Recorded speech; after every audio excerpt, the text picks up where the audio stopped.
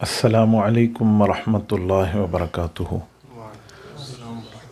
الحمد للہ وحدہ والصلاة والسلام علی من لا نبی بعدہ، اما بعد فاعوذ باللہ من الشیطان الرجیم، بسم اللہ الرحمن الرحیم۔ تلک الرسل فضلنا بعضهم علی بعض، اللہم صل علی محمد وعلی آل محمد کما صلیت علی ابراہیم وعلی آل ابراہیم انک حمید مجید، اللہم بارک علی محمد وعلی آل محمد کما بارکت علی ابراہیم وعلی آل ابراہیم انک حمید مجید۔ میرے معزز سامعین و ہماری معزز سامعات، آج طحاوی شریف کے حوالے سے چند معروضات میں نے آپ کی خدمت میں پیش کرنی ہیں، اور اسی حساب سے حدیث کے حوالے سے بھی اور عقیدے کے حوالے سے بھی دونوں باتیں آپ کی خدمت میں رکھوں گا۔ دیکھیں، امام طحاوی رحمۃ اللہ علیہ کی کتاب کا اختتام ہے، تو امام طحاوی کون ہیں، ان کا تعارف کیا ہے؟ حضرت امام طحاوی رحمۃ اللہ علیہ کا نام احمد بن محمد بن سلامہ الازدی مصری الطحاوی ہے، کنیت ابو جعفر ہے۔ حضرت امام طحاوی رحمۃ اللہ علیہ 239 ہجری یعنی خیر القرون کو ختم ہوئے 19 سال ہوئے تھے، اس وقت حضرت امام طحاوی رحمۃ اللہ تعالیٰ علیہ کی پیدائش ہوئی، اور 82 سال کی عمر پائی۔ سن 321 ہجری میں ان کا انتقال ہے۔ امام طحاوی رحمۃ اللہ علیہ نے علم حدیث اپنے گھر سے حاصل کیا تھا۔ ان کے ماموں تھے حضرت امام مزنی رحمۃ اللہ تعالیٰ علیہ، انہوں نے علم حدیث کو پڑھا، انہوں نے انہیں پڑھایا، اور اسی طرح مختلف باقی اساتذہ کرام سے بھی انہوں نے پڑھا، لیکن ابتدا ان کی گھر سے ہوئی۔ امام طحاوی رحمۃ اللہ تعالیٰ علیہ جو تھے، یہ اپنے وقت کے اتنے بڑے عالم تھے کہ ان کے لیے کہتے ہیں لم یخلف مثلہ، کہ بعد والوں نے اس جیسا عالم پیدا نہیں کر سکے، اس پائے کا بندہ، اور اتنی مہارت علم حدیث میں اس کے پاس ہو، علم عقائد میں اس کے پاس ہو، علم قرآن میں ان کے پاس ہو، تو اس جیسا ماہر ان کے بعد نہیں پیدا ہو سکا۔ امام طحاوی رحمۃ اللہ علیہ کا جو زمانہ ہے، وہ زمانہ حضرت امام طحاوی رحمۃ اللہ علیہ کا بہت خوبصورت زمانہ ہے۔ مثلا امام طحاوی جب دنیا میں آئے تو اس وقت تقریباً سارے کے سارے سیاستہ کے جو محدثین ہیں، سیاستہ والے، وہ سارے زندہ تشریف فرما تھے۔ حضرت امام بخاری، حضرت امام مسلم، امام ابو داود، امام ترمذی، امام نسائی، امام ابن ماجہ، حضرت امام ابن خزیمہ، اسی طرح جتنے باقی بھی ہیں، امام دارمی ہو گئے، یا باقی اس زمانے کے جو بڑے بڑے محدثین تھے، یہ انہوں نے ان کا زمانہ پایا ہے، تو امام صاحب رحمۃ اللہ تعالیٰ علیہ کو یہ مقام حاصل ہے۔ حضرت امام طحاوی رحمۃ اللہ علیہ نے بہت سے مشائخ کرام کے زمانے کو پایا، بعض نے 24 لکھا ہے، بعض نے 36 کا زمانہ لکھا ہے۔ حضرت امام طحاوی رحمۃ اللہ علیہ سے بعض ایسے مشائخ گزرے ہیں جن کا نام تو بہت بڑا ہے، لیکن انہوں نے امام طحاوی سے روایت لی ہے۔ مثلا امام نسائی رحمۃ اللہ علیہ، امام ابو شعیب نسائی رحمہ اللہ، بہت بڑی شخصیت ہے۔ سنن کبریٰ، سنن صغریٰ، المجتبیٰ، یہ نسائی کی انہوں نے تحریر فرمائی ہے۔ امام نسائی نے بھی ان سے پڑھا ہے ایک روایت پہ، تو اس روایت کو بھی ذکر فرمایا ہے۔ مشکل الاثار میں موجود ہے کہ انی ابو عبد الرحمن یعنی النسائی، امام نسائی رحمۃ اللہ علیہ نے مجھ سے یہ حدیث پاک لی اور پھر یہ مسئلہ لیا، کہتے ہیں قال ابو جعفر کتب هذا الحدیث اذا تبايع الرجلان فكل واحد منهما بالخيار ما لم يتفرقا۔ یہ مسئلہ جو تھا، یہ بزنس کے معاملات پہ ایک مسئلہ ہے، کاروبار کے حساب سے، تو اس پر وہ کہتے ہیں کہ یہ مسئلہ مجھ سے حضرت امام نسائی رحمہ اللہ نے لیا ہے۔ یہ امام نسائی ہیں، نسا ان کا علاقہ ہے، لوگ اس کو غلط پڑھتے ہیں، وہ کہتے ہیں نسائی، نسائی لفظ نہیں ہے، نسائی ہے، زبر کے ساتھ ہے۔ نسائی ہو تو اس کا معنی ہے میری خواتین، یہ لفظ بدل جاتا ہے۔ نسائی تو نسا کی طرف نسبت ہے تو یہ محدث ہیں، تو اتنے بڑے حضرات نے بھی ان سے چیز لی ہے۔ حضرت امام طحاوی رحمۃ اللہ علیہ بچپن میں جو اپنے ماموں سے پڑھے امام مزنی سے، تو وہ مذہب شافعی پہ تھے، تو یہ شافعی کے بجائے حنفی ہوئے۔ اس کی وجہ کئی وجوہات ہیں، بہرحال جو باقی وجوہات سے اگر ہم صرف نظر کریں اور ایک بات سامنے رکھیں تو بنیادی بات یہی ہے کہ ان کے جو ماموں جان تھے وہ حضرت امام اعظم ابو حنیفہ رحمۃ اللہ علیہ کی کتابیں پڑھتے، ان سے مسائل کو تلاش کرتے، ان سے استفادہ فرماتے۔ تو انہوں نے جب اپنے استاذ کو، اپنے ماموں کو، اپنے گھر کے بڑے کو دیکھا کہ وہ بھی حضرت امام اعظم ابو حنیفہ رحمۃ اللہ علیہ کی کتب سے استفادہ کرتے ہیں اور امام صاحب رحمۃ اللہ تعالیٰ علیہ کی باتوں کو لیتے بھی ہیں اور اس سے فائدہ بھی حاصل کرتے ہیں، تو میں کیوں نہ امام اعظم ابو حنیفہ کی کتابوں کو دیکھوں۔ تو جب ان نے امام اعظم ابو حنیفہ رحمۃ اللہ علیہ کی کتب سے دلائل دیکھنا شروع کیے تو ان کا رجحان امام اعظم ابو حنیفہ کی طرف ہو گیا۔ ان نے اتنے دلائل وہاں سے اکٹھے کیے، اتنے اخذ کیا کہ خود وقت کے امام بن گئے اور ان کا اس جیسا مقابلہ کرنے والا کوئی نہیں تھا۔ بعض کہتے ہیں کہ ان کو ان کے ماموں جان نے ایک موقع پر ڈانٹا بھی تھا، تو کہا تھا تجھ سے کوئی خیر نہیں ملے گی، یا اس طرح کی کوئی بات فرمائی تھی۔ بہرحال تو جب یہ بڑے ہوئے اور ایک عالم فاضل اور فقیہ بن گئے اور انہوں نے کتابیں احادیث کی، عقیدے کی، تفسیر کی لکھنا شروع فرمائیں، تو اس وقت کہتے تھے کہ اللہ رحمت فرمائے میرے ماموں جان پہ، انہوں نے مجھے قسم اٹھا کے کہا تھا تیرے ساتھ ٹھیک نہیں ہوگا۔ تو آج اگر ماموں جان زندہ ہوتے نا تو وہ اپنی قسم کا کفارہ دیتے، میں نے الحمدللہ ٹھیک کام کر لیا ہے۔ تو یہ ایک ماموں اور بھانجے کی محبت کی بات تھی۔ تو بہرحال اس پر بھی حضرات کا کچھ کلام ہے کہ نہیں، انہوں نے لفظ ماضی سے کہا تھا تو ماضی سے قسم واقع نہیں ہوتی، لیکن بعض جگہ مستقبل کے صیغے سے بھی ہے جہاں قسم منعقدہ ہو جاتی ہے اور واضح ہو جاتی ہے۔ بہرحال یہ اس طرف تشریف لے آئے تھے اور حضرت امام طحاوی رحمۃ اللہ تعالیٰ علیہ کا ایک بہت زبردست احناف کے حوالے سے کام ہے، اور اس حد تک ان کا کام ہے کہ رہتی دنیا تک اس طرح کا کام نہیں پیش کیا جا سکتا۔ مثلاً یہ ہمارے پیش نظر جو طحاوی شریف کی کتاب دیکھیں ہم، شرح معانی الآثار، یہ حدیث کی کتاب ہے۔ مجھے یاد ہے اپنے دورہ حدیث والے سال میں ہمارے والد مکرم شیخ الحدیث حضرت مولانا محمود الحسن قریشی رحمۃ اللہ علیہ، ہمارے والد صاحب کو اللہ تعالیٰ نے یہ سعادت عطا فرمائی کہ انہوں نے حضرت تھانوی، حضرت کشمیری، حضرت مدنی، حضرت دہلوی رحمہم اللہ ان سب سے استفادہ کیا، ان کی زیارت کی۔ تو میرے والد مکرم کا ماشاءاللہ حدیث میں ایک بڑا پایا تھا۔ ایک دن مجھ سے انہوں نے فرمایا کہ بیٹا آپ نے دورہ حدیث کیا ہے تو سیاہ ستہ بھی آپ نے پڑھ لی اور طحاوی شریف بھی پڑھ لی، تو ذرا مجھے بتائیں آپ نے امام طحاوی کی کتاب حدیث میں اور باقی کتابوں میں کیا فرق دیکھا ہے؟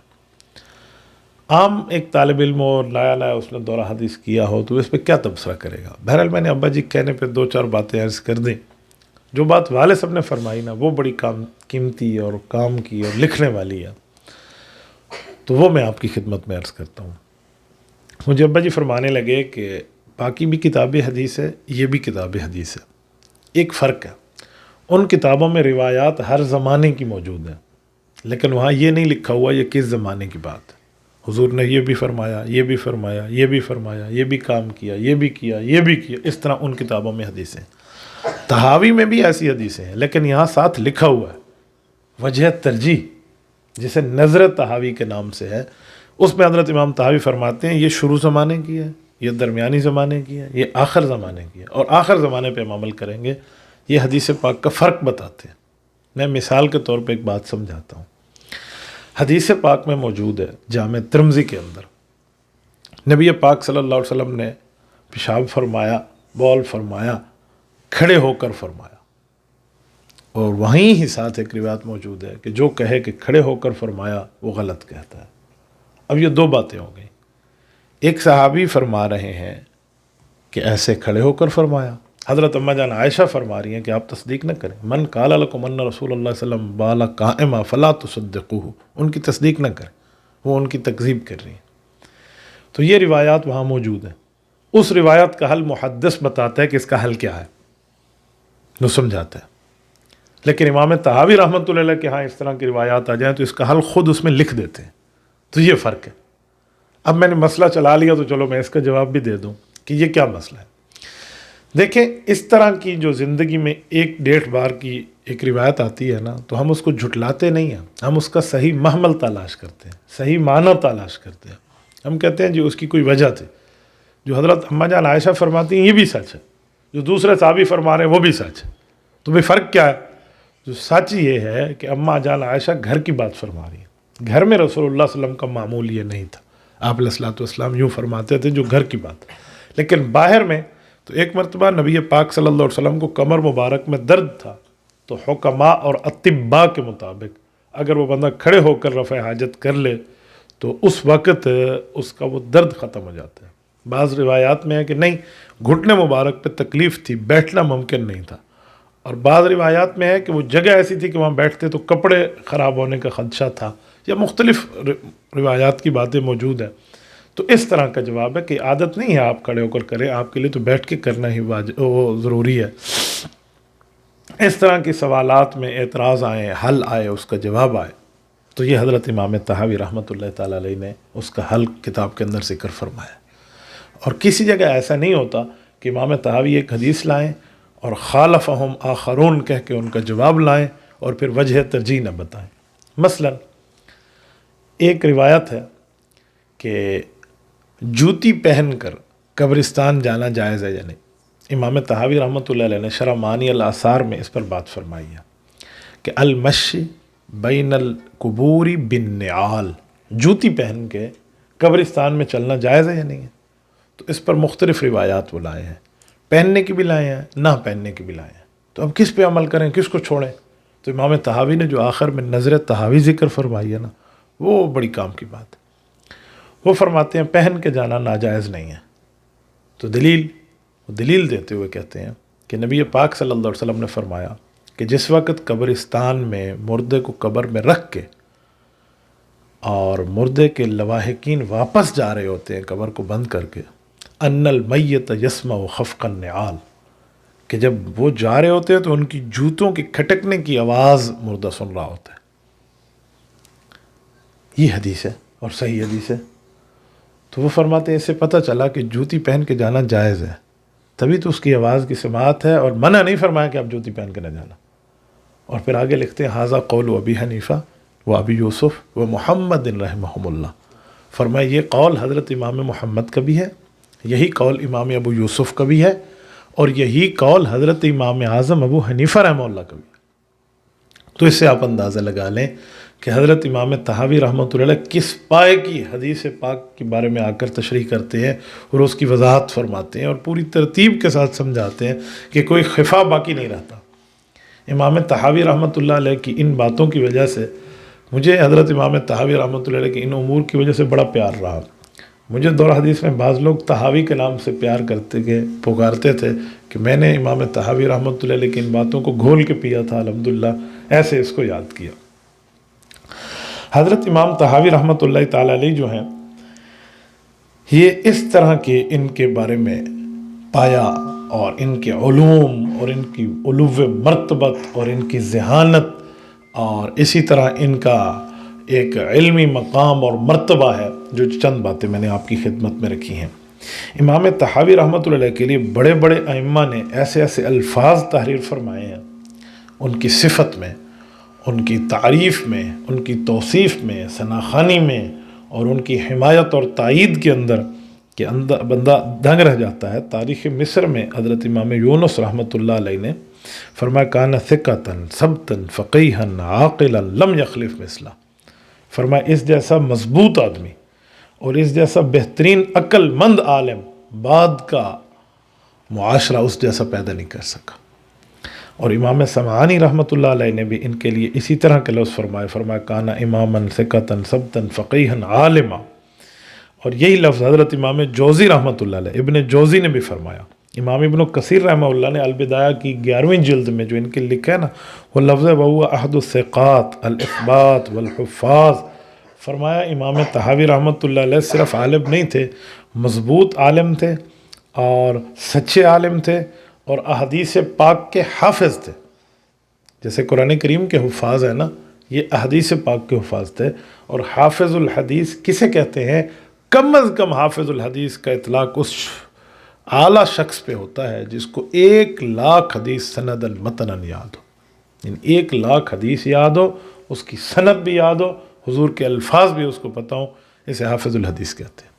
تو امام شمس الدین ذہبی رحمۃ اللہ علیہ کی ایک کتاب ہے تذکرۃ الحفاظ، وہ 2 جلدیں دیکھیں تو بندے کی عقل دنگ رہ جاتی ہے کہ کتنے کتنے بزرگ تھے جنہوں نے احادیث پاک کو حفظ کیا، یاد کیا، تو انہوں نے اس میں ان کا ذکر کیا ہے۔ یہ جو ہم کہتے ہیں نا حافظ ابن حجر، حافظ عینی، اسی طرح حافظ ابن تیمیہ، حافظ فلاں، اس سے مراد یہ حافظ نہیں ہے جیسے عام طور پہ ہم قرآن کا حافظ مراد لیتے ہیں، وہ قرآن کے حافظ تو تھے ہی، اس سے مراد حدیث کا حافظ ہے کہ وہ احادیث پاک کو یاد کرنے والے تھے، احادیث پاک انہیں ازبر تھی، احادیث پاک حفظ تھی۔ ایک شخصیت ہمارے محدثین میں ایسی بھی گزری ہیں جن کو کلہم تمام احادیث یاد تھی، اور وہ ایک ہی بندہ ہے جن کا نام امام حاکم رحمۃ اللہ علیہ۔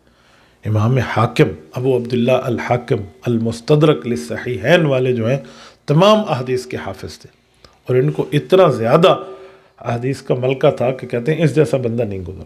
تو حافظ سے مراد یہی ہے۔ تذکرۃ الحفاظ میں تو حضرت امام صاحب رحمۃ اللہ علیہ کی بات بھی فرمائی ہے امام ذہبی نے کہ اللہ تعالیٰ نے امام اعظم ابو حنیفہ رحمہ اللہ کو بھی حفظ حدیث لاکھوں احادیث یاد کرائی تھیں، اور وہ لاکھوں احادیث کے حافظ تھے۔ تو امام طحاوی کے لیے بھی لفظ حافظ آتا ہے، تو اس سے مراد اتنی احادیث کے یاد کرنے والے اور احادیث پر عمل کرنے والے اور احادیث کو سنبھالنے والے ہیں۔ ہمارے علماء دیوبند میں بھی اللہ تعالیٰ نے یہ شرف عطا فرمایا ہے۔ ہمارے ہاں حافظ الحدیث حضرت مولانا عبداللہ درخواستی رحمۃ اللہ تعالیٰ علیہ کو کہا جاتا ہے۔ حضرت مولانا عبداللہ درخواستی رحمۃ اللہ علیہ حافظ الحدیث ہیں، اور کئی لاکھ احادیث کو سندن متنن حضرت نے یاد فرمایا ہوا تھا۔ جن حضرات نے حضرت کی زیارت کی ہے، 1994 میں حضرت کا انتقال ہے، وہ بتاتے ہیں کہ حضرت رحمہ اللہ جہاں بیٹھتے احادیث پاک شروع فرما دیتے، قال رسول اللہ صلی اللہ علیہ وسلم، قال رسول اللہ صلی اللہ علیہ وسلم، قال رسول اللہ صلی اللہ علیہ وسلم، کہ حضور علیہ السلام نے ایسے فرمایا، ایسے فرمایا، ایسے فرمایا۔ ایک ایک بیان میں کئی 100 احادیث بیان فرما دیتے تھے، کئی 100۔ میرے والد مکرم رحمہ اللہ اپنی آنکھوں دیکھا واقعہ بیان فرماتے ہیں کہ جب حضرت حدیث پاک بیان فرما رہے ہوتے تو ایسے لگتا ہے جیسے رحمت آسمان سے چھن چھن برس رہی ہے۔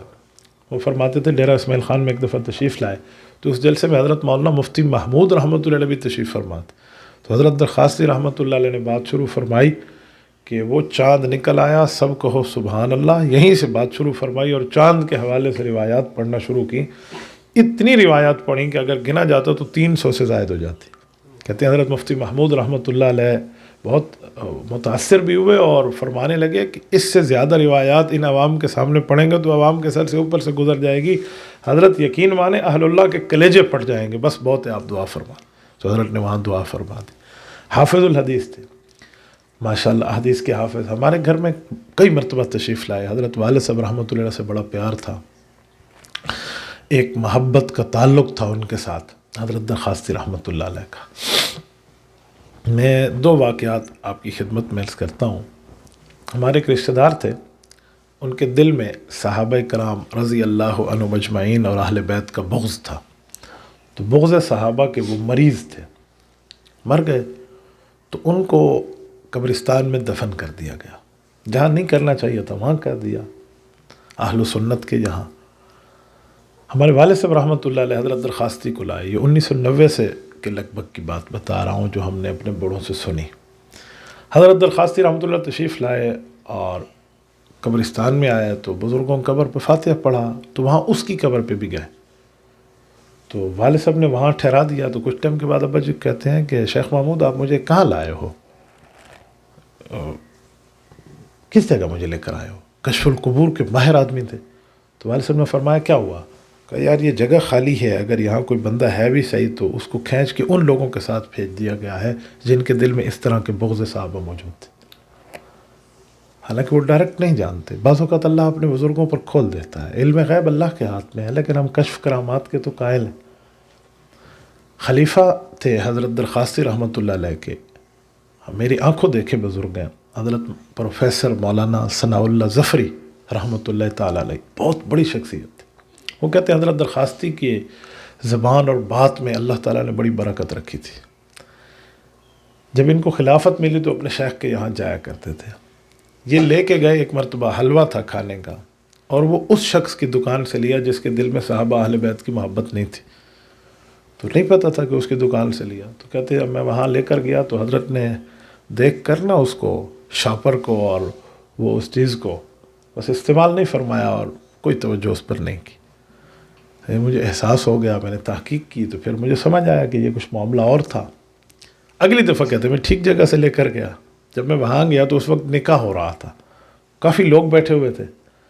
تو حضرت درخواستی رحمۃ اللہ علیہ نے وہ میرے ہاتھ سے لیا اور اس کی بڑا سا ایک حصہ کاٹ کے دلہا کو دیا، ایک دلہن کو بھجوایا. مجھے کہا لوگوں کو بانٹ دو، اوپر اپنا رومال رکھ دیا. کہتے میں اللہ کا نام لے کے بانٹنا شروع کر دیا تو سب میں بٹ گیا. پھر بھی اللہ تعالیٰ نے اس میں برکت رکھی کہ بچ گیا. تو حضرت درخواستی رحمۃ اللہ علیہ تو بہت بڑی شخصیت تھی. کہتے ایک مرتبہ ان کو کسی نے یہ بات کہہ دی کہ فلاں لوگ چیلنج کر کے کہہ رہے ہیں کہ یہ حافظ الحدیث نہیں ہے، اگر حافظ الحدیث ہیں تو ہمیں کوئی ثبوت دے دیں. تو حضرت نے ارشاد فرمایا کہ انہیں کہیں اپنا کسی عالم دین بڑے کو لے آئیں، میں اس کے ساتھ بیٹھ جاؤں گا حدیث سنانے کے لیے. صبح نماز سے بیٹھیں گے، عشاء تک بیٹھیں گے، بس کھانے کا اور نماز کا وقفہ کریں گے، اور پھر اگلے دن پھر صبح سے عشاء تک بیٹھیں گے. 3 مہینہ تک اب بیٹھیں گے. میں روزانہ حدیثیں سناؤں گا، اور جو حدیث پہلے دن سناؤں گا آخری دن تک وہ روایت نہیں ہوگی، اس کے علاوہ ہوگی. تو کہتے ہیں کوئی بندہ آنے کے لیے تیار نہیں ہوا. تو حضرت درخواستی رحمۃ اللہ علیہ تو ہمارے اس وقت سب کے سامنے ایک بڑی شخصیت. تو حضرت درخواستی رحمۃ اللہ علیہ کا بھی ایک نام اور مقام ہے. حضرت آپ نے تو زیارت فرمائی ہوگی حضرت. اللہ اکبر، ماشاء اللہ.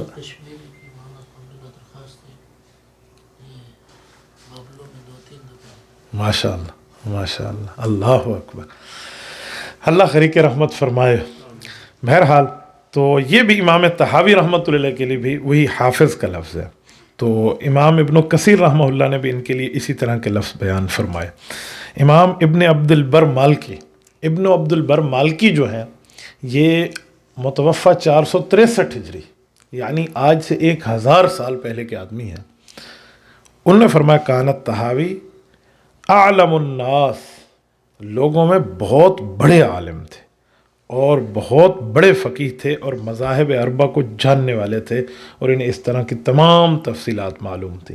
اور یہی لفظ حضرت امام عینی نے، امام یوسف رحمہ اللہ، سب نے ان کے لیے لکھا ہے. امام طحاوی رحمۃ اللہ علیہ نے کتنی کتابیں تحریر فرمائی ہیں، اس کے لیے علامہ عینی رحمہ اللہ نے نخب الافکار کے مقدمے میں 24 کتابیں ذکر کی ہیں کہ امام طحاوی نے 24 کتابیں تحریر فرمائی ہیں. یہ اس زمانے کی بات ہے جو زمانہ 321 ہجری کا ہو، جس زمانے میں آپ کو اس طرح کا پین سیاہی کے حساب سے نہ ملے، اور آپ کے لیے کمپیوٹر پہ لکھنا اس وقت ذہن میں بھی کسی کے نہ ہو، اور اس وقت کوئی پرنٹ کرانا، فوٹو اسٹیٹ کرانا، نسخ نقل کرانا، یہ تو بڑی بات ہی سوچا ہی کسی نہ ہو. سب کچھ ہاتھ سے لکھنے کی ترتیب ہو. اس وقت کی 24 کتابیں امام عینی کی تحقیق ہے. لیکن حضرت مولانا یوسف کاندلوی رحمہ اللہ، جو حضرت جی مولانا الیاس دہلوی رحمۃ اللہ کے فرزند ارجمند اور تبلیغی جماعت میں ایک بہت بڑا نام ہے، انہوں نے ان کے لیے امانی الاخبار کے مقدمے میں لکھا ہے کہ فرمایا 34 تصانیف ہیں جو ہمیں ان کے مخطوطات سے ملی ہیں. 34 تصانیف. تو اتنی چیزیں احادیث پر، قرآن کریم پر، فتاویٰ پر، عقائد پر حضرت امام طحاوی رحمۃ اللہ تعالیٰ علیہ نے اس کو تحریر فرمایا. میں 4-5 کتابوں کا تعارف آپ کی خدمت میں رکھ دیتا ہوں. ایک کتاب ان کی مشہور اور معروف ہے، ہمارے مدارس میں پڑھائی جاتی ہے، وفاق المدارس العربیہ پاکستان کے نصاب کا حصہ بھی ہے. وہ ہے شرح معانی الآثار. آثار اثر کی جمع ہے، معانی اس کے مطلب کی بات ہے، اور آثار کے ساتھ شرح جو ہے اس کی وضاحت کا نام ہے. اس میں نبی پاک صلی اللہ علیہ وسلم کی مرفوع روایت اور صحابہ کرام کے فتاویٰ، اہل بیت کے فتاویٰ، ان کا تعامل، یہ ان نے ذکر فرمایا. اور اس کے ساتھ ساتھ وہاں وجہ ترجیح ذکر فرمائی ہے کہ امام اعظم ابو حنیفہ رحمہ اللہ اور ان کے دونوں بڑے شاگرد امام قاضی ابو یوسف اور امام محمد رحمہم اللہ اس پر ترجیح دیتے تھے، ان دلائل پہ ترجیح دیتے تھے. وہ ان دلائل کو ذکر فرماتے. آپ کے ذہن میں خیال آئے گا کہ قرآن اور حدیث کی باتیں آ گئی تو بعد کے عالم کو ترجیح دینے کی کیا ضرورت ہے، اس کا کیا کام ہے. یہ بات ذہن میں رکھیں. آیت آ گئی، حدیث آ گئی، لیکن اس آیت اور حدیث کا جو مطلب ہے تو وہ ماہر ہی جانے گا نا. ہر بندے نے نہ اس آیت کا مطلب اٹھا کے سمجھنا ہے، نہ حدیث کی بات کا مطلب اٹھا کے سمجھنا ہے، کیونکہ بعض اوقات ماہر کے علاوہ بات نہیں سمجھی جا سکتی. میں اس کی ایک مثال آپ کو دوں. نبی علیہ الصلوۃ والسلام پر آیت اتری وَكُلُوا وَاشْرَبُوا حَتَّى يَتَبَيَّنَ لَكُمُ الْخَيْطُ الْأَبْيَضُ مِنَ الْخَيْطِ الْأَسْوَدِ مِنَ الْفَجْرِ، کہ روزہ رکھنا ہے اور روزہ افطار کرنا ہے. تو رکھنا شروع کرنے کا وقت کیا ہے اور افطار کرنے کا وقت کیا ہے؟ تو قرآن نے وقت کی بات فرمائی. فرمایا جب کالا دھاگا سفید دھاگے سے جدا ہو جائے تو آپ کھانا پینا بند کر دیں. ثم اتم الصیام الی اللیل، پھر رات تک روزے کو پورا کریں، یعنی غروب آفتاب تک. اس پر لفظ ہے کالا دھاگا سفید دھاگے سے جدا ہو جائے. جب تک رسول اللہ صلی اللہ علیہ وسلم کی تشریح نہیں تھی تو اس وقت تک اس بات کی وضاحت یوں نہ سمجھی گئی جیسے سمجھنے کا حق ہو. حضرت عدی بن حاتم طائی رضی اللہ عنہ صحابی رسول ہے، بہت بڑا نام ہے. کہتے ہیں انہوں نے 2 دھاگے لیے تھے اس آیت کے اترنے کے بعد، اور دونوں دھاگے اکٹھے کر کے اپنے سرانے کے نیچے رکھ دی، کالا اور سفید دھاگا. اور بچوں کو کہا کہ آج سحری کریں آپ. وہ سرانہ اٹھا کے دیکھیں بھی دھاگے جدا ہوئے ہیں تو نہ ہوئے، دھاگے جدا ہوئے تو نہ ہوئے. اتنے میں اذان آئی تو انہوں نے افطاری وہ سحری وہیں روک دی. نبی علیہ السلام کی خدمت میں آ کے عرض کیا کہ یا رسول اللہ، قرآن نے دھاگے جدا کی بات فرمائی ہے، کالا اور سفید دھاگا جدا نہیں ہوئے، ابھی تک ویسے ہی پڑھ رہے ہیں سرانے کے نیچے. تو نبی علیہ السلام نے فرمایا یا عدی ان وسادتک لعریض، عدی آپ کا سرانہ تو آسمان زمین سے بڑا ہے. اس سے مراد کالے سے دھاگے سے مراد رات کی تاریکی ہے اور سفید دھاگے سے مراد دن کی روشنی ہے. انما هو سواد اللیل و بیاض النہار، اس سے مراد یہ نہیں. انہوں نے تشریح فرما دی. صحابی نے کہا جی ماشاء اللہ، امت کو یہ بات پہنچ گئی. پتہ چلا یہاں لفظ کالا دھاگا سفید دھاگا بطور دھاگا نہیں بطور محاورہ استعمال ہوا. تو قرآن کریم کی تشریح کے لیے بھی تو نبوت کی تشریح چاہیے، اور رسول اللہ صلی اللہ علیہ وسلم کی یہی ڈیوٹی ہے، یہی رسول اللہ کی ذمہ داری ہے، یہی نبی پاک صلی اللہ علیہ وآلہ وسلم کا طریق ہے کہ جب آیت اترے، آیت آئے تو حضور پاک علیہ السلام اس کی تشریح فرمائے. وَأَنزَلْنَا إِلَيْكَ الذِّكْرَ لِتُبَيِّنَ لِلنَّاسِ مَا نُزِّلَ إِلَيْهِمْ. فرمایا محبوبم قرآن آپ کی طرف نازل ہوا ہے، اس کی وضاحت بھی آپ نے کرنی ہے، اس کی تشریح، تبیین، تفسیر، ایکسپلینیشن یہ آپ نے فرمانی ہے. تو نبی پاک صلی اللہ علیہ وسلم فرمائیں گے، اسے احادیث کہیں گے تو وہ اس طرح سمجھ آئے گا. تو شرح معانی الآثار امام طحاوی کی وہ کتاب ہے جس میں احادیث پاک کی تشریح وجوہ ترجیح کی بنیاد پہ نے ذکر کی، اور وہ امت کے علماء کے تینوں اقوال، امام ابو حنیفہ رحمہ اللہ، امام قاضی ابو یوسف رحمہ اللہ، اور حضرت امام محمد رحمۃ اللہ علیہ، ان سے انہوں نے لیا. میں نے تینوں کی بات کی ہے. ایک چھوٹی سی بات امام ابو یوسف رحمۃ اللہ علیہ پر آپ کی خدمت میں عرض کرتا ہوں. یہ امام ابو یوسف امام صاحب کے شاگرد ہیں، لیکن امام محمد کے بعض جگہ استاذ بھی ہیں. یہ عرب ہیں اور آثار صحابہ کے حافظ تھے. آثار صحابہ مانا صحابہ کرام نے جو فتاوی ارشاد فرمائے یہ ان کے حافظ تھے اور اس کو باقاعدہ ازبر کیا ہوا تھا، تو یہ ان کے اقوال ذکر فرمائے. دوسری کتاب مشکل الآثار ہے امام طحاوی کی. مشکل الآثار کیا مطلب؟ مشکل الآثار کا معنی وہ روایات جو بعض اوقات لوگوں کو اس میں تضاد نظر آتا ہے کہ اس میں ہے کریں، اس میں ہے نہ کریں، اس میں ہے جائز، اس میں ہے ناجائز، اس میں ہے یہ ایسے ہے، اس میں یہ ویسے ہے، تو مختلف نظر آتے ہیں. اگرچہ حدیث میں کوئی تضاد نہیں ہے لیکن جہاں نظر آئے تو کیا مسئلہ ہے، یا اس میں متعدد اقوال ہوں، متعدد زمانے کے حوالے سے ہوں، تو اس کا حل شرح مشکل الآثار میں ہے. حضرت امام طحاوی رحمۃ اللہ علیہ نے یہاں اس کو اس تضاد کو رفع فرمایا، احادیث کے احکام کو استنباط کے ذریعے سمجھایا. تیسری کتاب احکام القرآن ہے، 4 جلدوں میں چھپ گئی ہے، اور یہ احکام القرآن طحاوی جو ہے یہ تفسیر کے حوالے سے، قرآن کریم کی تشریح کے حوالے سے، قرآن کریم کی آیات کی وضاحت کے حوالے سے، اور خصوصاً استنباط کے احکام کی آیات کے حوالے سے حضرت امام طحاوی رحمۃ اللہ علیہ اس میں وضاحت فرمائی ہے. اسی طرح اختلاف العلماء کے نام سے بھی ہے، اور یہ سامنے کتاب پیش نظر عقیدہ، جسے عقیدہ طحاویہ کہتے ہیں، یہ بھی ہے. امام طحاوی رحمۃ اللہ علیہ نے یہ عقیدہ طحاویہ کے اندر مختصر، واضح، سہل، عام فہم انداز میں اہل سنت والجماعت کے عقائد کو ذکر فرمایا کہ ہمارا یہ عقیدہ ہے، یہ عقیدہ ہے، یہ عقیدہ ہے، اللہ کے لیے، انبیاء کے لیے، کتب کے لیے، فرشتوں کے لیے، قیامت کے لیے، تقدیر کے لیے، ساری باتیں اس میں ارشاد فرمائی اور بڑی آسان اور اہم انداز میں ذکر فرمائی ہیں، جس کا میں پہلے آپ کی خدمت میں بات کر چکا ہوں.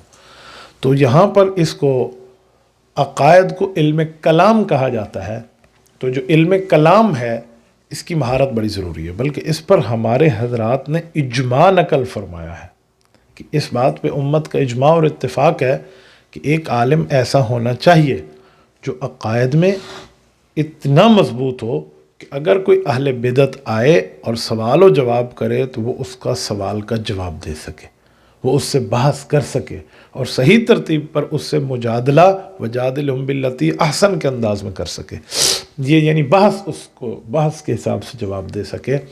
تو اللتی ہی احسن ہے، اچھے انداز سے، اللتی اخشن نہیں ہے کھردرے انداز سے، تو واضح اور خوبصورت انداز میں جواب دے۔ تو یہ علم کلام سیکھنے کے لیے اجماع ہے، تو مختلف چیزیں ان نے یہاں دخل فرمائی ہیں۔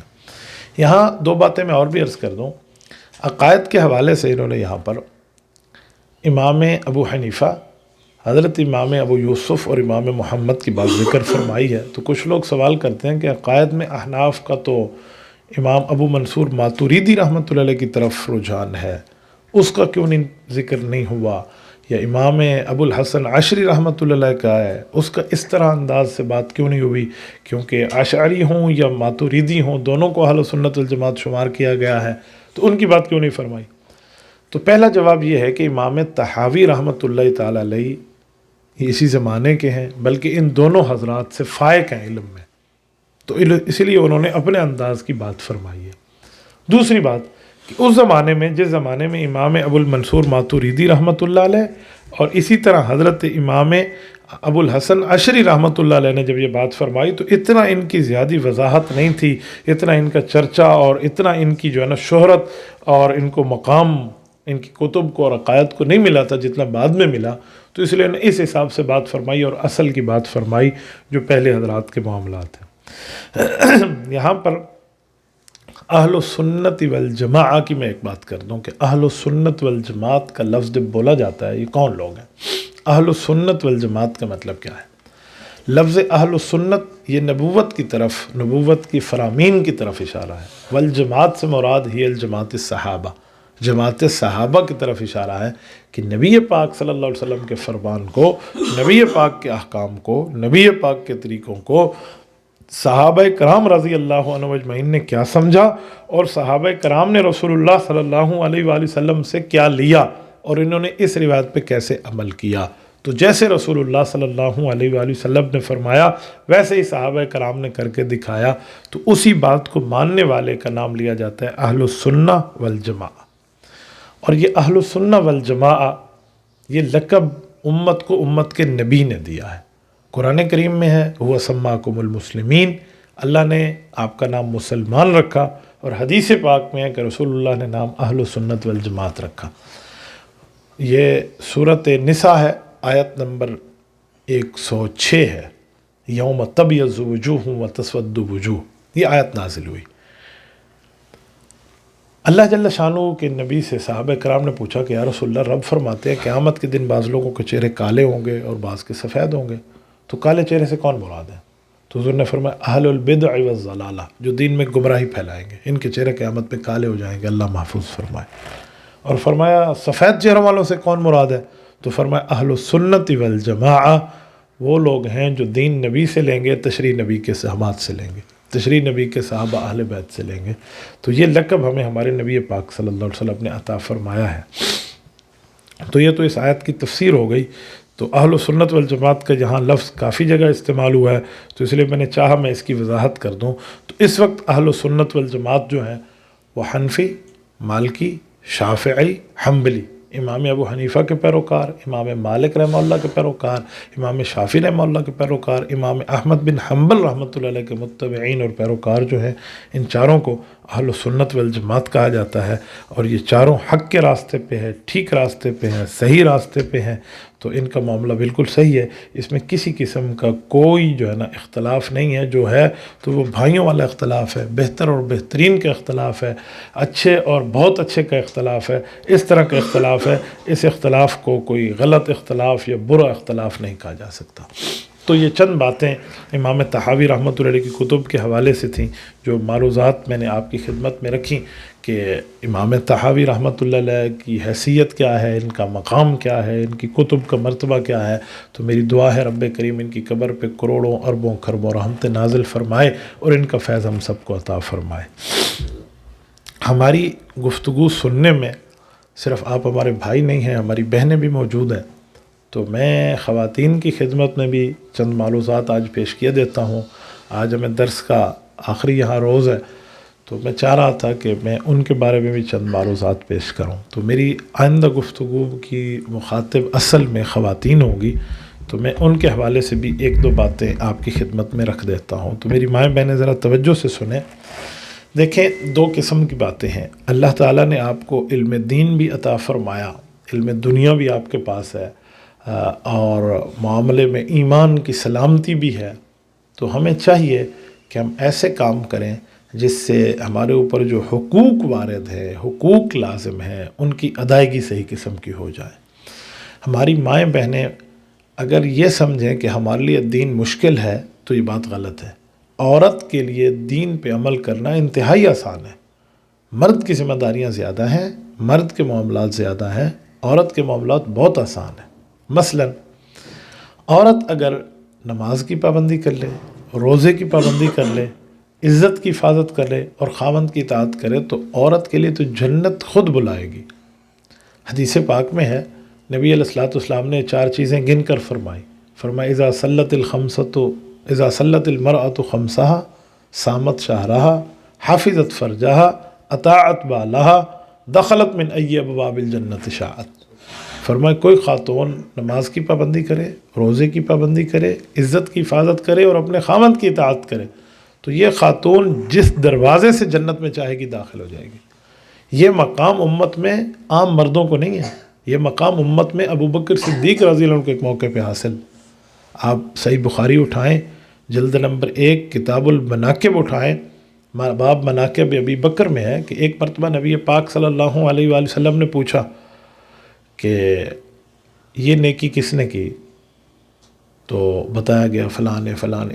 حضرت صدیق اکبر نے ہر نیکی پر ہاتھ کھڑا کیا، تو نبی پاک صلی اللہ علیہ وسلم نے ان کے لیے خوشخبریاں سنائیں، اور پھر بات چلی تو فرمایا کہ فلاں بندے کو جنت کا فلاں دروازہ بلائے گا، فلاں نیکی کرنے والے کو جنت کا فلاں دروازہ بلائے گا، فلاں نیکی کرنے والے کو جنت 8 دروازے تھے، ایک دروازے کے بارے میں بات فرمائی۔ حضرت صدیق اکبر رضی اللہ عنہ نے پوچھا یا رسول اللہ کوئی ایسا شخص بھی ہوگا جو جنت کے جس دروازے سے چاہے جنت میں داخل ہو جائے، اس کو اینی ڈور اس کے لیے کلوز نہ ہو، اینی ڈور اوپن ہو، کوئی دروازہ ہے اس کے لیے کھلا ہے، وہ جہاں سے جائے جنت جائے؟ تو حضور پاک نے فرمایا ہے۔ تو حضرت صدیق اکبر نے پوچھا یا رسول اللہ کون ہے؟ تو حضور نے فرمایا مجھے اللہ سے امید ہے ابو بکر وہ آپ ہیں، کہ وہ آپ ہیں، جنت کا ہر دروازہ آپ کو بلائے گا، آپ جس دروازے سے چاہیں جنت داخل ہو جائیں۔ تو خاتون کو بھی یہی مقام دیا نا، اگر یہ نماز کی پابندی کر لے، روزہ رکھ لے، اور یہ خاتون خاوند کی اطاعت اور عزت کی حفاظت کر لے تو دخلت من ای ابواب الجنت شاءت۔ اس طرح عورت کو یہ مقام مل رہا ہے۔ باقی بعض اوقات سمجھا جاتا ہے کہ عورت کا رتبہ مرد سے کچھ لحاظ سے کم ہے، تو یہ من قبیلۃ الازداد بات ہے۔ بعض جگہ عورت کا رتبہ بہت بڑا ہوا بھی ہے۔ دیکھیں عورت کو جو مقام بچے کو پیٹ میں اٹھانے پہ ملتا ہے، جو تکلیف پر، وہ مرد کو تو نہیں مل رہا۔ باپ کے قدموں تلے جنت تو نہیں کہی گئی، ماں کے قدموں تلے جنت کہا گیا ہے، اور پھر ماں کے حق وہن علی وہن کہہ کے قرآن نے کئی ذکر فرمائے ہیں، اور پھر ماں کی ممتا کے معاملات میں زیادہ فرمایا ہے۔ عورت کو بچے کے دودھ پلانے پر، رات کو اٹھنے پر، ایک ایک تکلیف پر کتنے اجر ہے۔ ایک خاتون نے ایک مرتبہ مجھ سے سوال کیا کہ عورت نہ نبی بن سکتی ہے نہ امام بن سکتی ہے، تو مذہب اسلام نے اس کو کون سا حق دیا ہے؟ نہ امام بن سکے مسجد میں، نہ نبی بن سکے، تو نہ عورت نبی ہے نہ عورت امام ہے، تو کون سا حق اسلام نے دیا؟ میں نے اس سے کہا میری بہن آپ نے تصویر کا ایک رخ دیکھا ہے، تصویر کے دونوں رخ دیکھنے چاہیے۔ عورت نبی بن نہیں سکتی، امام بن نہیں سکتی، پر امام اور نبی جن تو سکتی ہے نا۔ انبیاء پیدا ہوئے ہیں تو ماں سے پیدا ہوئے ہیں نا، ائمہ پیدا ہوتے ہیں تو ماں سے پیدا ہوتے ہیں۔ تو اس نے کہا جی بات تو آپ کی ٹھیک ہے۔ تو ہمیں یہ دیکھنا چاہیے کہ معاملہ کس طرف ہے۔ اللہ نے جو مقام دیا ہے، مرتبہ دیا ہے، تو اس میں ہم یہ دیکھیں۔ ایک بات، یہ بات ساتھ ذہن میں رکھنی چاہیے کہ خواتین کی ذمہ داریوں میں ذمہ داری ہے، پہلے وہ اپنے والد کی ذمہ داری میں ہے، شادی کے بعد وہ اپنے شوہر کی ذمہ داری میں، اور شوہر کی اور والد کی ذمہ داریاں اتنی بڑی ہوئی ہیں کہ اس پر اس کو اجر بھی ہے اگر وہ ان ذمہ داریوں کو پورا کر لے۔ شادی کے بعد خاوند کی کتنی ذمہ داری ہے۔ مرزبان کے علاقے سے صحابہ کرام واپس آئے نا، تو عرض کیا یا رسول اللہ، ہم نے وہاں دیکھا ہے وہ لوگ اپنے بادشاہ کو سجدہ کر رہے ہیں۔ تو حضور علیہ الصلوۃ والسلام نے پوچھا بھئی آپ کا کیا خیال ہے؟ کہا جی ہم چاہتے ہیں ہم آپ کو سجدہ کریں۔ فرمایا نہیں، اللہ کے علاوہ تو کسی کو سجدہ جائز نہیں ہے۔ ہاں اللہ کے علاوہ سجدہ جائز ہوتا تو لامرت النساء یسجدن لازواجہن، پھر بیوی کو حکم کیا جاتا کہ وہ اپنے خاوند کا سجدہ کرے۔ آپ مجھے بتائیں سجدے کا مطلب کیا ہے؟ جس کو مسجود سمجھ کے ساجد سجدہ کر دے، اس کے سامنے کوئی ادھر ادھر کی بات تو نہیں ہوگی نا، اس کو پنگا ڈالنے میں یا اس کے خلاف بات کرنے میں یا اس کو ادھر ادھر کے معاملات میں پھنسانے کے اوپر یہ بات تو نہیں ہوگی، کیونکہ وہ تو معبود بن گیا۔ تو فرمایا اللہ کے علاوہ کسی کو سجدہ کرنا ہے تو وہ خاوند ہے، لیکن سجدہ امت میں جائز نہیں ہے شریعت میں، تو اس لیے نہیں ہے۔ تو خاوند کا رتبہ تو سامنے آ گیا نا کہ اس رتبے پہ ہے، اس مقام پہ ہے، اس مرتبے پہ ہے، یہ درجہ ہے، یہ اس کی حیثیت ہے، یہ اس کی ویلیو ہے، تو اس نے اس طرح وہاں رہنا ہے۔ تو اس میں بھی ہمیں دیکھنا چاہیے کہ کتنا مقام اور مرتبہ اللہ نے اس کو دیا ہے۔ میں ایک جگہ بات کر رہا تھا شادی شدہ خواتین میں نے کہا خاوند کی نرمی ہوتی ہے بیوی کے اوپر، ورنہ خاوند چاہے نا چھوٹے سے معاملات میں ناراض ہو جائے تو ساری رات فرشتوں کو بھجوا دے گا تمہارے اوپر لانتیں کرنے کے لیے۔ جی وہ کیا؟ میں کہا شوہر بلائے اور بیوی انکار کر دے تو فرشتے لانتیں کرتے ہیں نا۔ تو آپ بتائیں وہ تکلیف میں آپ کو آزمائش کے لیے اس طرح آپ کے اوپر امتحان ڈال دے، لیکن نہیں، خاوند کی نرمی ہے۔ تو اس لیے بیویوں کو چاہیے وہ ان معاملات میں ان حقوق کو دیکھیں۔ اور اس کے ساتھ اولاد کے حقوق ہے۔ اولاد کے حقوق میں یہ چیز لازم ہے اس کے اوپر کہ یہ ماں باپ اس کو اچھی تعلیم دیں، اور ماں کی گود تو پہلی یونیورسٹی ہے۔ اطلب العلم من المہد الی اللحد، یہ مہد ماں کی گود کو جو کہا گیا کہ ماں کی گود سے قبر کے پنگھوڑے تک علم حاصل کرو، تو یہ ماں کی ذمہ داری ہے، اس نے اسے علم پڑھانا ہے۔ اور علم سے مراد علم دین ہونا چاہیے، علم شریعت ہونا چاہیے، اسے علم دین سمجھائے، یہی باتیں بتائیں۔ آج کل ہم لوگ سمجھتے ہیں کہ جیسے ہم ہیں نا بس ہمارے بچے بھی اسی طرح پڑھے لکھے ہیں۔ نہیں، ہم اپنے آپ کو سوچیں، ہمارے اوپر بھی محنت کی گئی ہے تو ہم وہی محنت اپنے بچے پہ کریں۔ آج کل کے بچے موبائل کا، سوشل میڈیا کے عادی ہوتے جا رہے ہیں ماں باپ کے استعمال کو دیکھ کر، تو اس سے ہٹانے کا بہت آسان طریقہ ہے کہ ماں باپ کو چاہیے وہ اپنے بچے کو دینی بات سنائیں، ایک کہانی بنا کر، قصے کی شکل بنا کر۔ آپ یوں نہ کہیں کہ حضور علیہ الصلوۃ والسلام نے یوں فرمایا، تو وہ بچہ کیا سمجھے گا نبی نے کیا فرمایا، قرآن میں آیا، ایسے نہیں۔ اب دیکھو بیٹا وہ آسمان دیکھا ہے، ہاں وہاں سے ایک فرشتہ اترا تھا اور یہ بات لے کر آیا تھا، یوں آیت سمجھائے نا، اس طرح ان کو پتہ ہے۔ ایک واقعہ سنیں کہ ایک مجلس لگی ہوئی تھی، ہوا چل رہی تھی، بہت اچھا موسم تھا، بہترین لوگ بیٹھے تھے، ایک شخص بات کر رہا تھا، سب سن رہے تھے۔ یوں حدیث سنا دے کہ صحابہ کو حضور نے حدیث سنائی ہے، یوں واقعات کی شکل میں کہانی کی ترتیب پر، ایک واقعے کے ترتیب پر سنائیں گے تو ضرور بچے شوق سے سنیں گے، باقی چیزوں کو چھوڑ دیں گے۔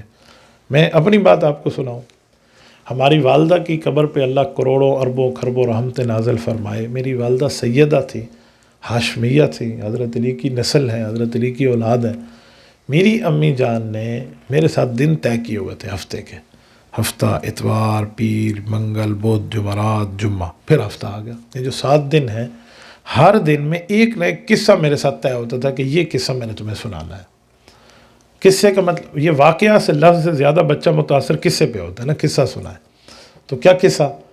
آدم علیہ السلام اور شیطان کا قصہ کیا ہوا تھا یہ سناؤں گا۔ وہ میں رات کو سنتا، پھر جا کے مجھے نیند آتی۔ پھر اس کے بعد اگلے دن ہاں جی اب ابراہیم علیہ السلام اور نمرود کا قصہ، اس سے اگلے دن ہاں جی اب میں نے آپ کو ایک قصہ سنانا ہے موسیٰ علیہ السلام اور فرعون کا۔ یوں قصے بٹے ہوئے ہوتے وہ نبی علیہ الصلوۃ والسلام اور ابو جہل کے معاملات تک۔ تو ان واقعات مجھے ازبر ہو جاتے، یہ امی جانا میں سناتی، اور ایسے انداز سے سناتی نا، وہ فرعون ڈوب رہا اور یوں موسیٰ علیہ الصلوۃ والسلام کا لشکر آ رہا اور فنفجرت من حسنتا عشرۃ عینہ، وہ پوری آیت وہ نظر آ رہا ہوتا تھا کہ واقعی یہ کوئی فرعون ہے اور یہ ڈوب رہا ہے اور یہ مسلمان وہاں سے نکل کے جا رہے ہیں۔ تو اس انداز سے سناتی، وہ واقعات یاد ہو جاتے۔ آج بھی تفسیر کے اندر مجھے پڑھنے کا اتفاق ہو نا واقعہ تو پوری اماں کی بات سنائی ہوئی سامنے آ جاتی ہے۔ تو یہ چیزیں ہوتی ہیں، ہم اپنی اولاد کو اس طرح سنائیں، سمجھائیں، ان کو ٹائم دیں۔ نوافل سے زیادہ بہتر ہو جائے گا کہ میں اپنی اولاد کو ٹائم دوں، میں ایک معاشرے میں ایک اچھا فرد تیار کر لوں۔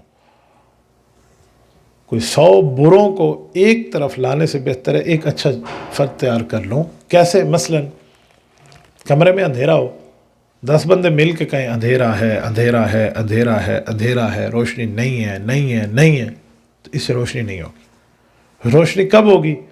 10 میں سے 9 چھوڑ دیں، کوئی ایک آئے اور موم بتی جلا دے، تو ہم اپنے حصے کا چراغ جلا دیں، اپنے حصے کی وہاں نیکی کر دیں، تو ہمارے لیے بہت بہتر ہو جائے گا۔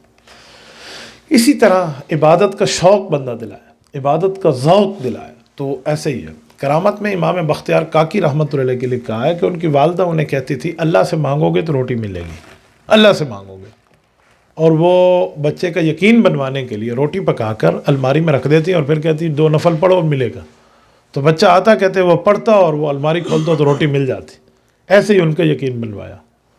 ہمیں بزرگوں نے بتایا کہ ایک دن اللہ جل شانہ کی طرف سے ان کے اوپر یہ فضل اور کرم جاری ہوا کہ ماں نے کسی اور جگہ مصروف ہے اور وہ اس دن نہیں پکا سکی، تو گھر آئی اور بیٹا روٹی کھا رہا ہے، تو کہا کیا کہ میں نے ایسے نماز پڑھی اور اللہ نے مجھے روٹی دی اور میں کھا رہا ہوں، جس ترتیب پر بھی رب کریم نے اس کو بھجوائی۔ تو کتنی آسانی کا معاملہ تھا، کتنی سچائی اس زمانے میں سکھائی گئی تھی۔ حضرت شیخ عبد القادر جیلانی، محبوب سبحانی، ذل الرحمانی، بہت بڑا نام ہے۔ جس طرح امام اعظم ابو حنیفہ رحمہ اللہ کا نام فقہ میں ہے، علم حدیث میں ہے، علم شریعت میں ہے، ایسے علم تصوف میں حضرت شیخ عبد القادر جیلانی نور اللہ مرکزہ کا نام ہے۔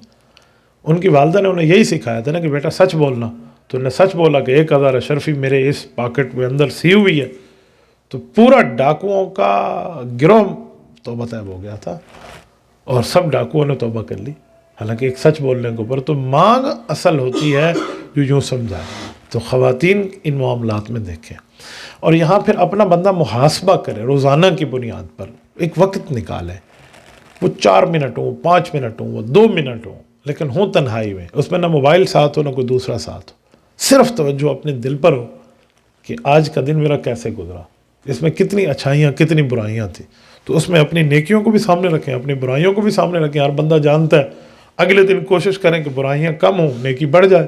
یوں 2 4 5 10 دن ہم اپنے ذات کے اوپر سوچنا شروع کر دیں، اصلاح ہونا شروع ہو جائے گی۔ اس پر کسی قسم کا کوئی مسئلہ ایسا نہیں ہوگا جس پر بندے کو کوئی پریشانی لاحق ہو جائے یا بندے کو کوئی تکلیف کا معاملہ لاحق ہو جائے۔ تو اس چیزوں کو مجھے دیکھنا ہوگا۔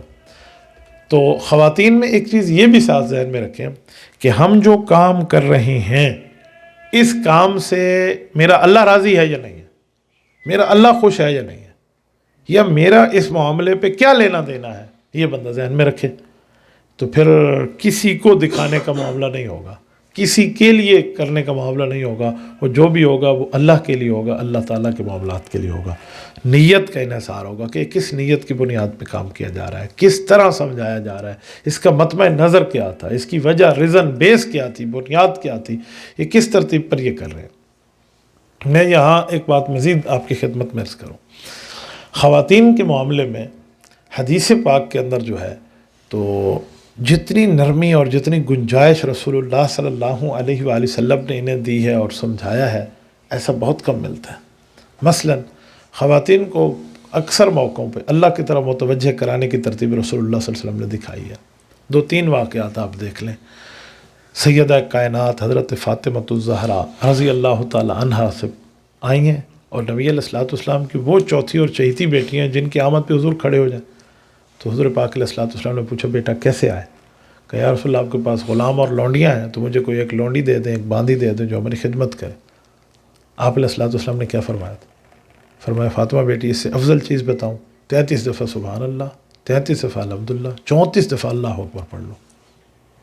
یعنی دنیا کے اوپر نظر چھڑوا کے آخرت میں نظر رکھوانے کی ترتیب رسول اللہ ہمیں بتلا رہے ہیں۔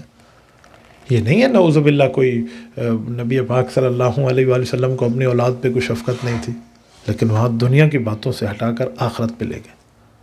ایسے ہی حضرت خولہ بنت جعفر رضی اللہ تعالی عنہا آئی تھی اور نبی پاک صلی اللہ علیہ وسلم کی خدمت میں بات کی تھی کہ جی میرے میاں نے مجھے زہار کے الفاظ کہہ دیے ہیں، میرے لیے کوئی گنجائش بنوا دیں، کوئی گنجائش۔ اس زمانے میں زہار طلاق ہی ہوا کرتا تھا، تو میرے میاں نے تو یہ جملہ مجھے کہہ دیا. اب وہ خاتون وہ ہے جس کا صرف میاں ہے اور باقی چھوٹے بچے ہیں، بھائی بھی شہید ہے، ماں بھی فوت ہو گئی ہے، والد بھی شہید ہے. وہ جائے گی تو اس عمر میں کس کے گھر جائے گی؟ ان چھوٹے بچوں کو لے کے کس کے دروازے پہ بیٹھے گی؟ بھائی کا گھر بھی نہیں ہے، بہن کا گھر بھی نہیں ہے، ماں اور باپ کا گھر بھی نہیں ہے، اور ادھر سے بھی طلاق ہو جائے تو کہاں جائے گی؟ اتنی ایمرجنسی سچویشن ہے. اور نبی علیہ السلام کیا فرماتے ہیں کہ مجھے آسمان سے اس بارے میں کوئی گنجائش نہیں ملی، اللہ سے دعا کرو، اللہ پاک مسئلہ حل فرما دیں گے. اور اس خاتون نے کہا اچھا، اور مصلح ڈالا اور اللہ سے مانگنا شروع کیا. اور مصلح ڈال کے جب مانگا تو آسمان سے حضرت جبرائیل اترے ہیں اور پوری صورت مجادلہ کا پہلا رکوع اتار دیا ہے. قد سمع اللہ قول التی تجادلک فی زوجہا وتشتکی الی اللہ واللہ یسمع تحاورکم. کہ اے نبی پاک صلی اللہ علیہ وسلم، آپ کی اور اس خاتون کی بات کو اللہ سن رہے ہیں، اور وہ آپ سے اس مسئلے پر بحث کر رہی تھی کہ میرے لیے کوئی حل نکال دے، میرے لیے کوئی حل نکال دے. فرمایا آپ نے جو بات فرمائی نا اور اس نے اللہ سے مانگا، ہم نے اس کے دل کی طلب کو سن لیا. تو اس خاتون کے لیے اور پورا سورت. اچھا آپ کو علم میں ہے سورت مجادلہ قرآن کریم کی سورت نمبر 58 ہے، 28واں پارے کا پہلا صفحہ شروع ہو رہی ہے، 3 رکوع کی سورت ہے. یہ اکیلی سورت ہے اس قرآن کی 114 سورتوں میں جو اس جیسی سورت نہیں ہے. کیوں؟ اس کی خصوصیت کیا ہے؟ 22 آیات کی یہ سورت ہے اور 39 مرتبہ لفظ اللہ اس میں استعمال ہوا ہے. ہر آیت کے اندر کہیں 3 کہیں 4 کہیں 2 ورنہ ایک دفعہ تو لفظ اللہ ضرور استعمال ہوا ہے. پورے قرآن میں ایسی صورت نہیں ہے جس کی ہر آیت میں لفظ اللہ ہو، ہر آیت میں لفظ اللہ. آپ سورت مجادلہ کو چیک کر لیں، ایک ایک آیت کو سامنے رکھ کے دیکھ لیں. اور یہ ایک خاتون کی خواہش پہ اتری ہے خاتون کے معاملے کے لیے اللہ نے نازل فرمایا. تو کس طرح اللہ جل شانہ کی نبی نے انہیں دنیا کے معاملات سے رب کی طرف جوڑا ہے، آخرت کی طرف جوڑا ہے. تو یہ بڑی چیز ہوتی ہے کہ آخرت کے معاملات اس کے لیے کیا ہے. بس آخرت ہم سامنے رکھیں گے تو سب کچھ سمجھ آ جائے گی. آخرت طرف توجہ نہ جائے تو حضور پاک صلی اللہ علیہ وسلم نے اس کا بھی حل بتایا. فرمایا اذکروا حازم اللذات، پھر لذت کو توڑنے والی چیز کو یاد کر لو. فرمایا رسول اللہ وہ کیا ہے؟ فرمایا وہ موت ہے، دنیا سے جانا ہے، ایک دفعہ مر جانا ہے. اپنے سامنے وہ رکھ لو. حضرت عمر جب خلیفہ بنے نا تو مشورے میں سب کو بٹھایا کہ میرے سامنے ایک لفظ ایسا لکھا ہوا ہو جب میں فیصلے کے لیے بیٹھوں اس کو دیکھوں تو میں نا انصافی نہ کر سکوں، شیطان مجھے ورغلانے کی کوشش کرے تو میں اس کی بات نہ مان سکوں، میں اللہ کے لیے فیصلہ کروں. تو کیا لکھوں؟ تو سب کے اتفاق سے ایک جملہ لکھا گیا تھا، کفا بالموت واعظا یا عمر.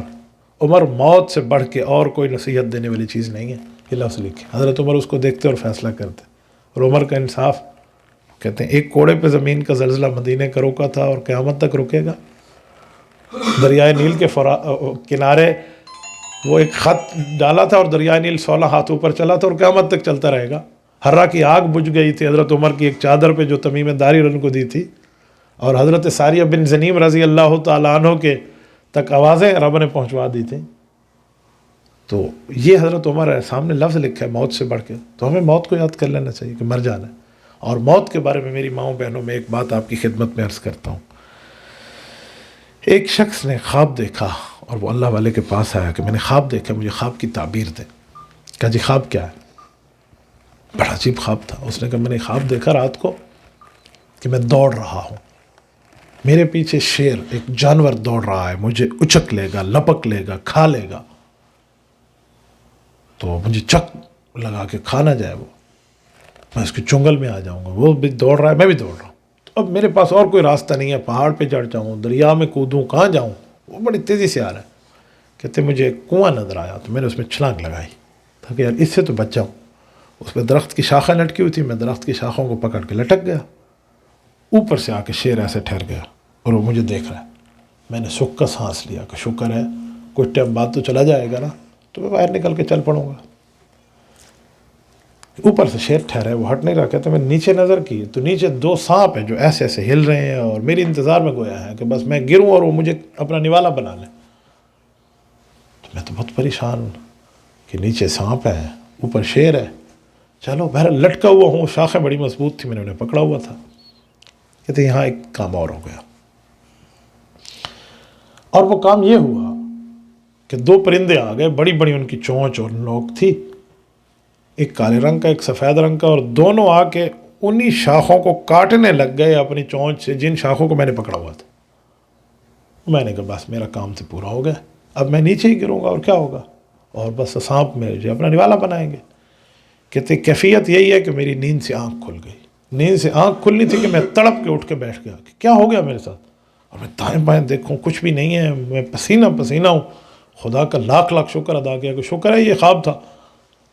کہ میں نے یہ خواب دیکھا. وہ معبر وقت کے پاس پہنچے اور تعبیر لینے کے لیے گیا کہ جی مجھے تعبیر بتا دیں, کیا حل ہے میرا, اس خواب کا مطلب کیا ہے. تو صلی اللہ علیہ وسلم نے بڑی تسلی سے خواب سنا اور فرمایا کہ خواب صرف آپ کی ذات کا نہیں ہے, یہ خواب پورے عالم کا ہے, پوری امت کا ہے, کائنات کا ہے, پوری یونیورس کا خواب ہے. کہا جی وہ کیا؟ فرمایا یہ انسان کی زندگی کو دکھایا گیا ہے. شیر کا پیچھے دوڑنا یہ اشارہ ہے کہ ملک الموت کے لیے قرآن کہتے ہیں وکل بکم, تمہارے ساتھ چمٹا دیا گیا ہے, تمہیں کسی وقت موت آئے گی. اور یہ جو تم نے شاخوں پہ اپنے آپ کو کنویں میں چھلانگ لگا کے پکڑ لیا, تو کنواں تیرے لیے دنیا ہے, اور شاخوں کو تم نے پکڑا ہوا ہے تمہاری زندگی ہے. اور جو اوپر دو پرندے آئے ہیں کالا اور سفید, یہ دن اور رات ہے, یہ تیری زندگی کو کاٹ رہے ہیں. جو تیری شاخیں ہیں نا جتنی, بس وہ کاٹ رہے ہیں. اب دیکھیں نا, کالے پرندے کے بعد اب سفید پرندہ اس ہماری اس شاخ کو کاٹ رہا ہے, دن چل رہا ہے. اور کہ جو برائیاں کی ہیں نا وہ قبر میں سانپ جو نیچے نظر آ رہے ہیں نا, تو جو تیری قبر کے اعمال ہیں تجھے وہاں جزا ملنی ہے. تو اب یہ حال ہے, مر جانا ہے بندے نے, دنیا چھوڑ جانی ہے, سب کچھ چھوڑ کے جانا ہے. کیا ہوگا, کیا بچے گا ہمارے لیے؟ تو اس لیے بہتر ہے کہ ہم آخرت کی تیاری کر لیں. لیس العید لمن لبس الجدید انما العید لمن خاف الوعید. کہتے ہیں عید اس کی نہیں ہے جس نے نیا کپڑا پہنا, یہ تو بچوں کی عید ہے. عید اس کی ہے جو اللہ سے ڈر گیا اور اپنی زندگی کو جس نے چینج کر لی, اللہ کی طرف آ گیا اور رب کی طرف لوٹ کے آیا کہ اللہ نے مجھے کیا کہا. جہاں اللہ نے دیکھنے کو حکم کیا وہی دیکھوں گا, جہاں سننے کو حکم کیا وہی سنوں گا, جو بولنے کو حکم کیا وہی بولوں گا, اس سے ہٹ کے نہیں چلوں گا. دیکھیں موبائل ہے, اس موبائل کو ہم اس کی گارنٹی کارڈ کے بغیر چلاتے نہیں ہیں, کیونکہ جیسی ہدایات ہے ویسے چلاتے ہیں. کیوں؟ یہ مشین خراب ہو جائے گی اگر ہم ان کی ہدایات کے مطابق عمل نہ کریں. تو ہماری جسمانی مشین ہے, اللہ اس کے خالق ہے, اس کی گارنٹی کارڈ کے بغیر ہم چلائیں گے تو وہ کیسے خراب نہیں ہوگا. تو اس کے لیے بھی پوری ترتیب ہے, اس کو بھی تو دیکھنا ہوگا. اس کے لیے شیطان ہمارے لیے نئے ببل کی طرح لمبا کر کے ہمیں کوئی باتیں سکھائے, سنائے, سمجھائے تو نہیں. شیطان سے ہم نے آنکھیں پھیرنی ہے, ہم نے رحمان کو جان دینی ہے, اللہ کے سامنے پہنچنا ہے, قیامت میں پہنچنا ہے. میں ایک جگہ بات کر رہا تھا ایک کالج میں, تو ایک دنیاوی علوم کے پڑھے لکھے بندے نے مجھے کہا کہ بس تم مولوی اسی چیز میں پڑے ہوئے ہو, کافر چاند پر پہنچ گیا ہے, انگریز ہے وہ چاند پر پہنچ گیا, تم ہمیں بس 6 فٹ زمین کے نیچے کی باتیں سنا رہے ہو, آپ لوگ بھی کوئی ترقی کریں. میں نے کہا چاند پہ پہنچنا ترقی ہے؟ کہتے بہت بڑی ترقی ہے. میں نے کہا اگر اوپر پہنچنا ترقی ہے نا تیرے مطابق, تو پھر ہم بہت زیادہ ترقی یافتہ ہیں.